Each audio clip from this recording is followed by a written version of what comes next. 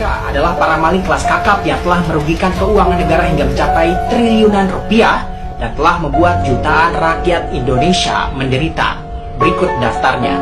Sherni Konjongian, wanita keturunan Tionghoa ini telah merugikan keuangan negara sebesar 1,95 triliun rupiah dalam kasus BLBI. Edi Tansil, koruptor dalam kasus Golden Key Group. Pria keturunan Tionghoa ini telah merugikan keuangan negara sebesar 1,3 triliun rupiah. Eko Adi Putranto, pria keturunan Tionghoa ini terlibat dalam skandal korupsi BLBI. Kerugian negara mencapai 2,6 triliun rupiah. Syamsul Nur Salim, pria keturunan Tionghoa ini telah merampok uang negara sebesar 4,5 triliun rupiah dalam kasus BLBI. Beni Cokro Saputro, pria keturunan Tionghoa ini adalah koruptor dalam kasus Asabri, Asuransi Angkatan Bersenjata Republik Indonesia, yang telah merugikan keuangan negara mencapai 23,7 triliun rupiah. Heru Hidayat adalah pria keturunan Tionghoa yang telah merugikan keuangan negara sebesar 22,7 triliun rupiah dalam kasus mega korupsi Asabri. Dan Jimmy Sutopo, pria keturunan Tionghoa ini telah merampok uang negara sebesar 5,6 triliun rupiah dalam kasus mega korupsi Asabri. Dan tentu masih banyak deretan rampok-rampok kelas kakap yang lainnya. Para rampok kelas kakap ini secara tidak langsung telah menjajah bangsa Indonesia. Bayangkan saja,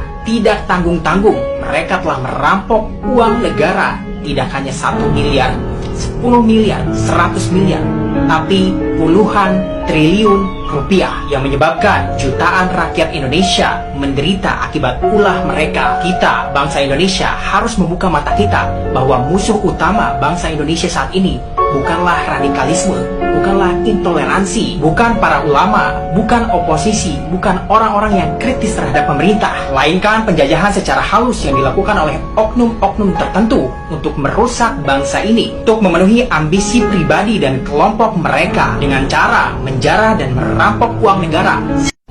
Ya, hati-hati. Perpres nomor 60 tahun 2020 yang diterbitkan Presiden Jokowi minggu ini tentang rencana tata ruang wilayah Jabodetabek plus Cianjur dan persetujuan pembangunan pulau reklamasi di pantai utara Jakarta. Perpres ini harus ditolak karena sangat berbahaya. Ke depan, bisa menimbulkan masalah kedaulatan negara, bisa terjadi negara dalam negara. Karena pulau reklamasi itu mayoritas penduduknya Cina. Apartemen dibangun tidak mampu dibeli rakyat pribumi. Ini merupakan strategi dari pemerintah Cina, Tiongkok, dan Taipan WNI Cina untuk memindahkan penduduk Cina komunis ke RI. Di pulau reklamasi itu nantinya akan punya gubernur sendiri lepas dari DKI. Suatu saat mereka akan mendirikan negara dalam negara, menjadi negara seperti Pulau Singapura bekas Kerajaan Nusantara Indonesia, Kerajaan Bintan Tamasik. Oleh karena itu, untuk menyelamatkan rakyat bangsa dan negara, saya menghimbau wakil rakyat di lembaga DPR MPR RI dan rakyat pribumi Indonesia untuk menolak Perpres ini. Demikian, terima kasih Dr. Rahman Sabon. Sebarluaskan, bangun, bangkit.